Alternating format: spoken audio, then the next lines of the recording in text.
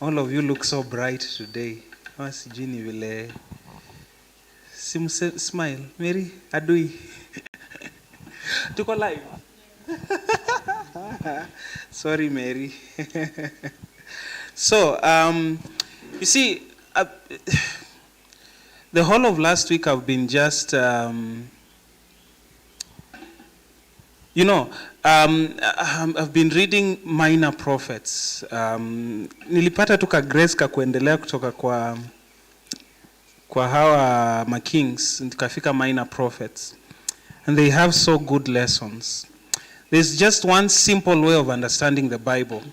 Think of it as a relationship between God and Israelites. Think of it as a relationship between God just going after, literally chasing after Israelites. And in modern days, siku hizi si litoka si Israelites ni wewe sasa. So it's literally God chasing after you. It's the simplest way you can understand the Bible. However, there is always the threat of you misquoting some things that are not really meant for you, but God was speaking them at a certain people and to a certain people at a certain time. Do you understand what I'm saying? Not every word in the Bible is meant to be applied. My voice change, ama ni mean a trip. Is meant to be applied to you at a certain point. Like for example, you might be in need. Don't go to the Bible and just open a verse that God is promising things and say, oh, that is now me. Do you understand what I'm saying? Some words were meant specifically at a certain point and during certain points. There's a very sad hymn in Psalms. You're by the rivers of Babylon. Inakwanga, it's actually a hymn written by David. Inakwanga Psalms? By the rivers of Babylon. It's actually a psalm David wrote. It's Psalms 130 something. Kando ya mito ya Babeli tulikuwa Psalms?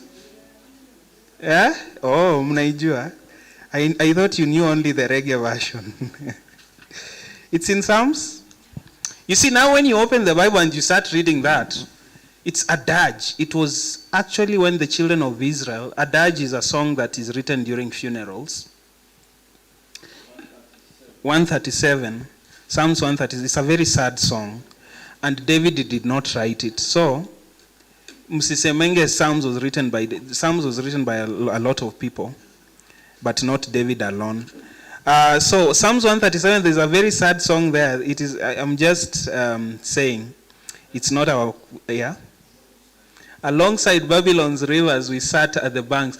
In fact, there is a song Shusho sang recently about this Kando ya Mito. I think Rose Mohando pia ameimba. So there are many promises. There are many things. So this particular scene, it is a scene. It was set when the children of Israel were in captivity in a place called Babylon. They were never enjoying the walizidi tu wakikaidi tena Mungu, na hizi vitu ziko kwa prophets, minor prophets I discovered. At the same time, last week, I'm just sharing because I don't really have something concrete for today. I have been reading some very good books, and one of them apparently has a lot of good teachings. I just want to read this quote, and before we get into today's word. Inasema, there is this quote here, and I want you to listen and you agree with me. By the way, I wish tungeenda live kwanza, but it's okay. It says, there is no such thing as instantaneous sanctification, sinless perfection or glorification, or freedom from depravity. Do you agree with that statement? That there is no such thing as instantaneous sanctification, like umeokoka and then you are instantly clean. There's a quote that says that by some writer called Ellen White. And she says that sinless perfection or before glorification, like uko perfect, before the final glorification, or freedom from depravity. Depravity is the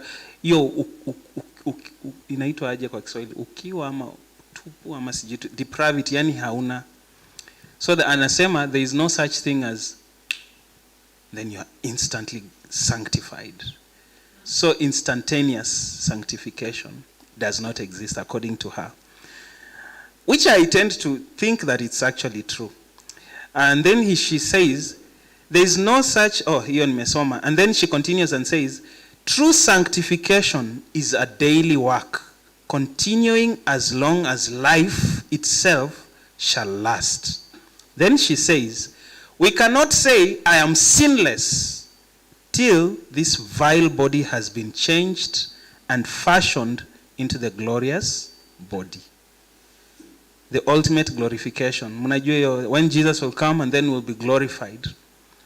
Which I just felt like sharing that. It's a very nice book by Ellen G. White. She's, I think, one of the founders of the SDA Church with her husband. The founder. I don't know a lot about her, but I thought the book was very nice. She's not the founder, one of the founders. All right, fine. So I've always been captivated by those stories. And there is another story, a minor prophet. Today we'll be talking about minor prophets, and one in particular called Jonah. There's always minor prophets in the Bible. And one that has captivated my attention so much is someone called Hosea.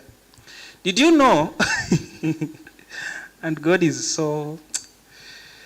God just made Hosea marry a prostitute. Why?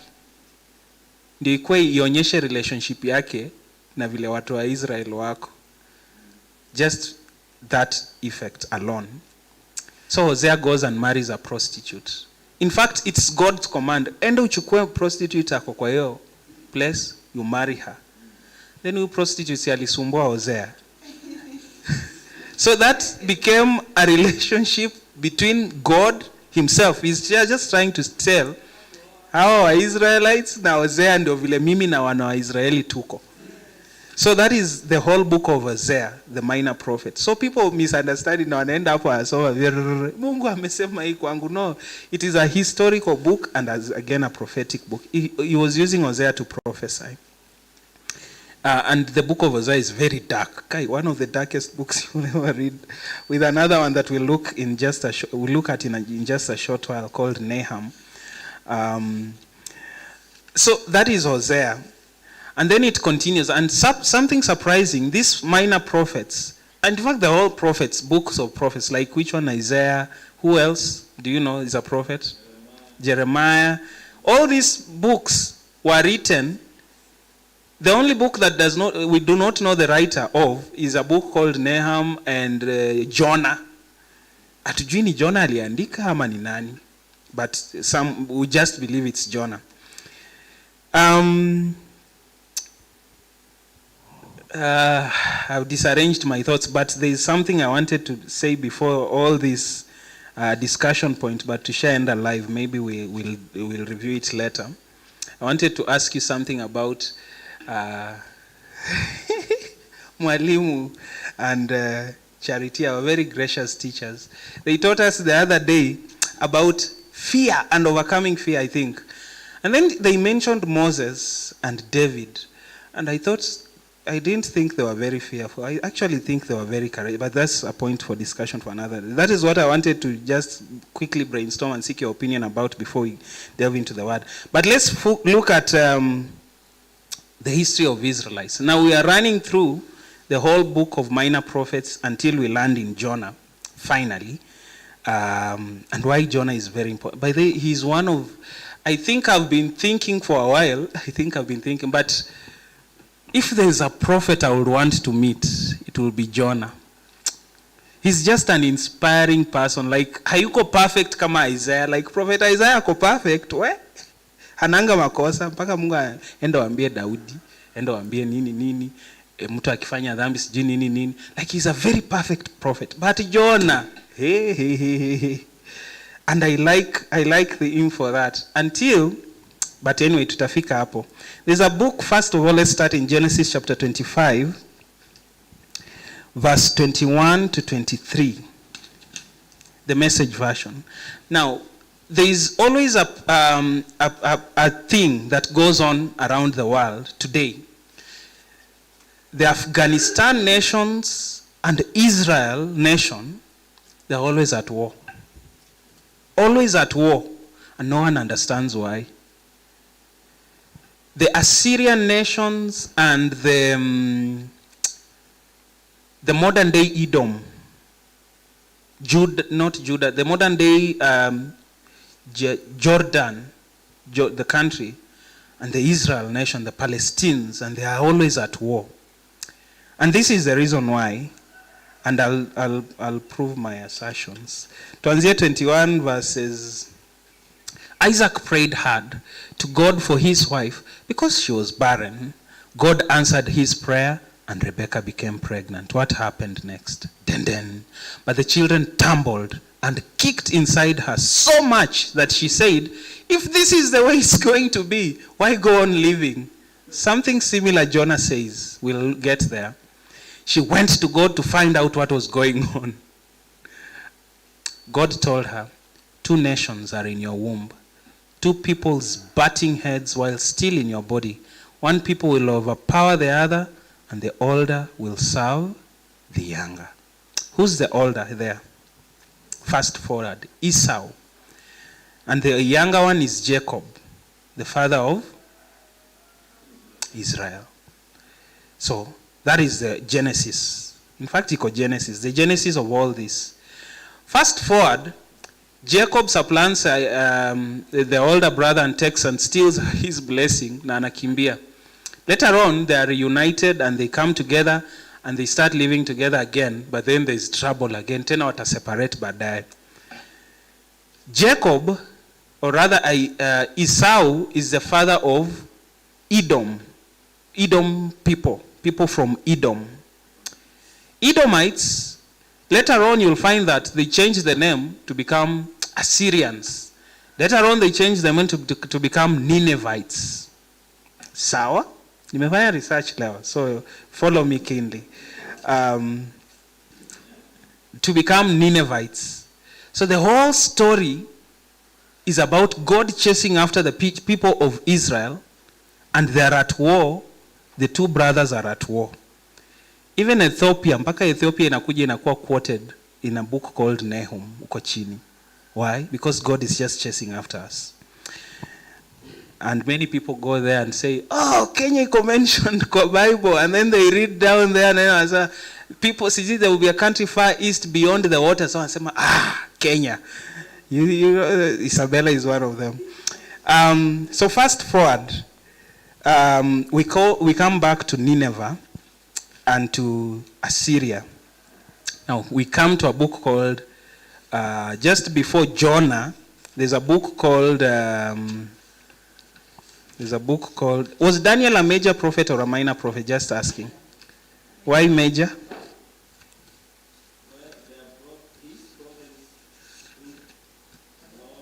A long time.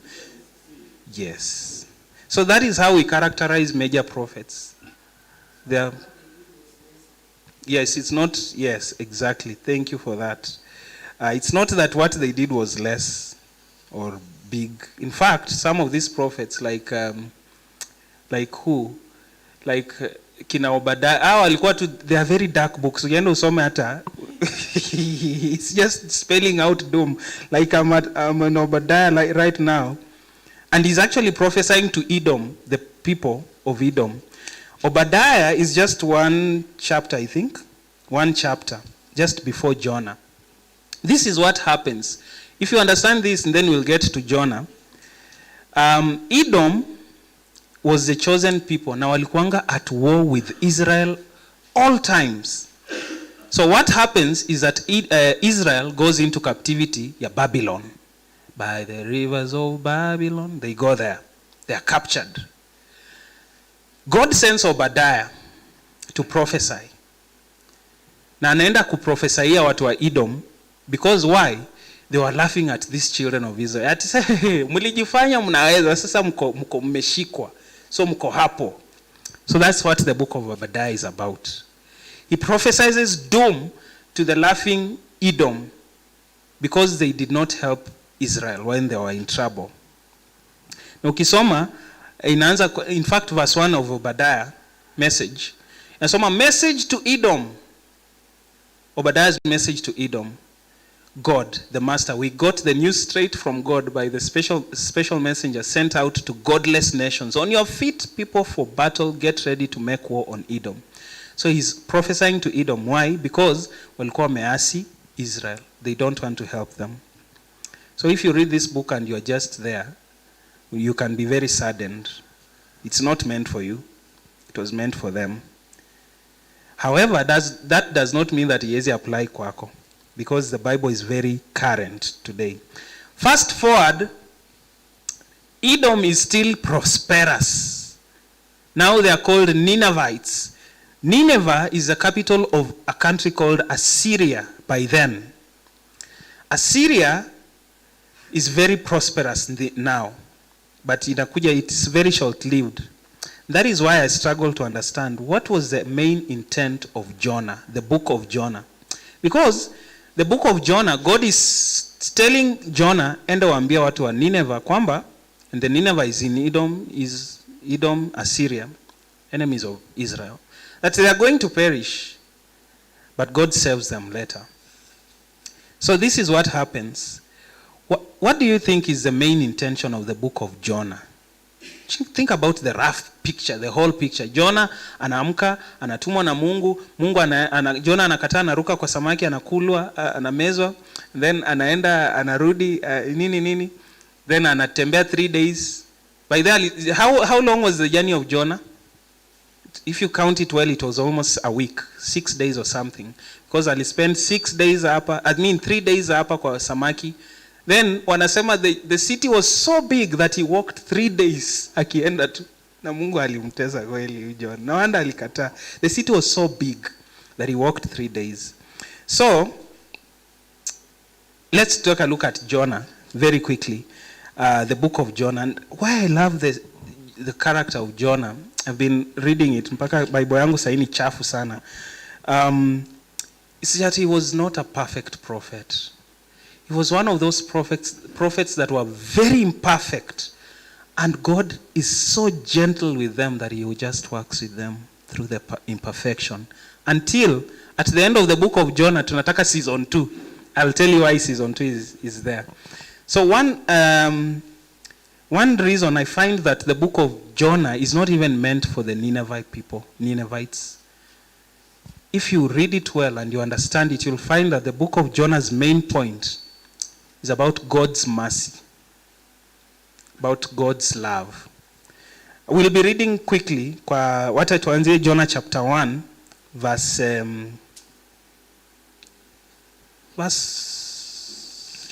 skip forward to chapter 2 chapter 1 verse 12. It says, Jonah said, throw me overboard. Now we are fast ahead. Wameruka anaenda Tarshish, then okay, storm ina happen, wakadraw. The Message Bible says they draw sticks. Sijui kama it's accurate with the other versions. They drew sticks and then Jonah picked the lesser stick. I don't know if that is accurate. Let me find it in New King James. They lots. Or they cast ballots. Hiyo inasema hivyo. The Message says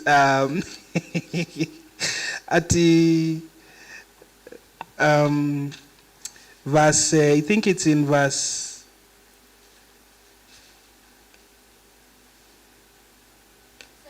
7. Yes, please. The Message says, read verse 7.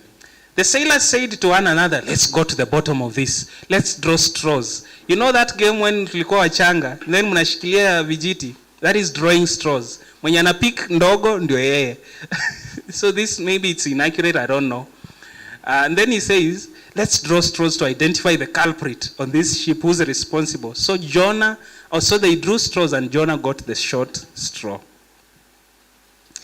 So that is how. Then Jonah says, okay, fine. Verse 12.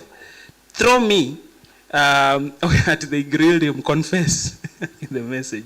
Throw me overboard into the sea, and then the storm will stop. It's all my fault. I'm the cause of this storm. Get rid of me and you'll get rid of the storm. Jonah identifies that he's the culprit. At this point, he has made an error in judgment and an error to God. God could have killed him right there, but look at God. Then Jonah goes into the belly of the stomach. Verse 2 yote, chapter 2 yote, ni maombi tu ya Jonah kwa Mungu, akiwa kwa samaki, for 3 days. Then verse 10 of chapter 2 says, 2:10,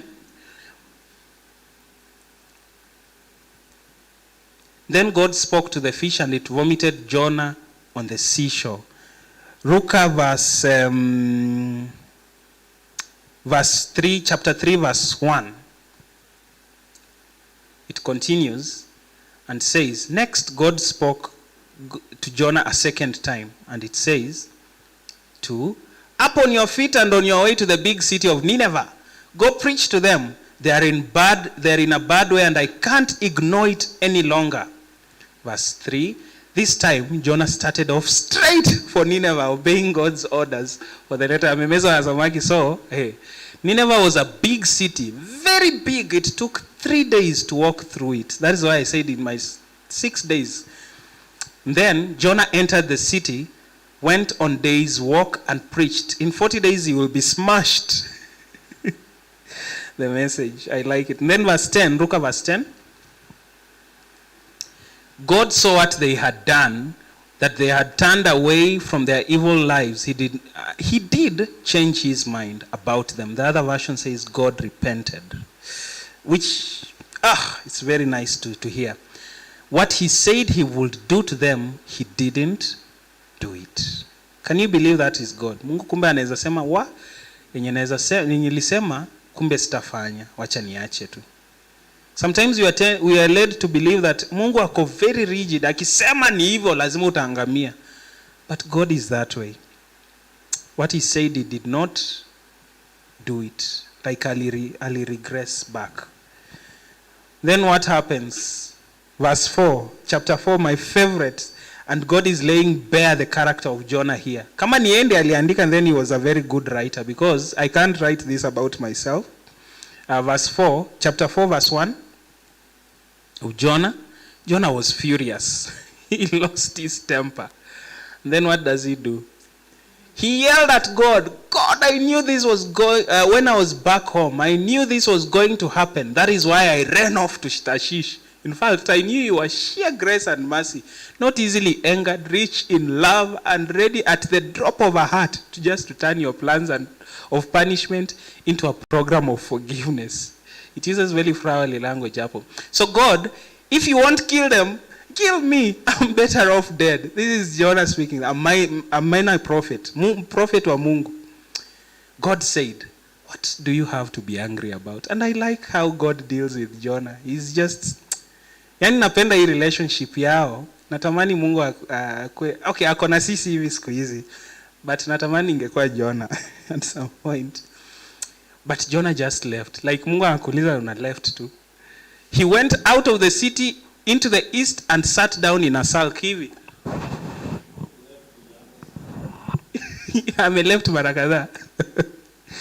He put together a makeshift shelter of leafy branches and sat there in the shade to see what will happen to the city. So akaangalia, acha nini itafanyika. Then God wants to teach Jonah a lesson. So what people say, it was a vine. Vine ni hiyo plant inakuanga almost like that plant there. Ilikuanga hapa, almost like this one. A vine. It was almost like that one. God made it grow and it covered Jonah. Then what happened? Luka verse 7. But then God sent a worm. Again, God is doing it. Yani ni Mungu tu ana pursue Jonah. And I want you to get I think if there was a title here, it would be Pursue. The story is not about Nineveh per se. It is about God's sheer mercy. So God sends a worm by dawn of the next day, the worm had bored into the shade of the tree and it withers away. Then what does Jonah do? Number 8, verse 9. 20 verse 9. Actually verse 8. Tuanzie verse 8. Yasema, fast forward pale chini, the sun beat down Jonah's head and he started to faint. He prayed to God, I'm better off dead. 10. Then verse 9, like how many times is he praying just to die?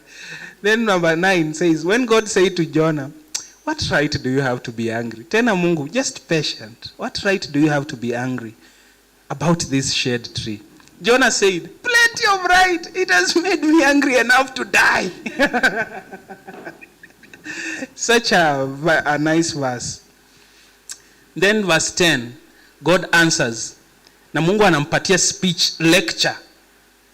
God says, what is this? How is it that you can change your feelings from pleasure to anger overnight about a mere shade of tree that you did nothing to get? You neither planted it nor watered it. It grew up from the night and died in the next night. Then verse 11. So why can't I likewise? And if you understand this verse, then you'll understand the whole principle of this book. So why can't I likewise change what I feel about Nineveh from anger to pleasure? This big city of more than 120,000 childlike people who don't even know right from wrong. Say nothing even about the innocent animals. Then verse inaishia hapo. Like that is the end. Mungu anauliza Jonah, so mimi mbona nisibadilishe mind yangu? We are not told of Jonah, how he is, what he answered. We are left clamoring for season 2. Mungu, season 2 iko happy. We want to see how Jonah answered. There is no season 2. Season 2 iko mahali mbele ambapo nafika tu sai. So, what is the story of Nineveh later on? The minor prophets continues. Micah wana succeed. In fact, Mungu aliwahurumia until they started again amassing wealth, wakakuwa wazuri, wali repent, kila kitu ikakuwa nzuri. Then Assyria, Nineveh grow rich and powerful again. And what they did is that they again forgot that Mungu amewaokoa.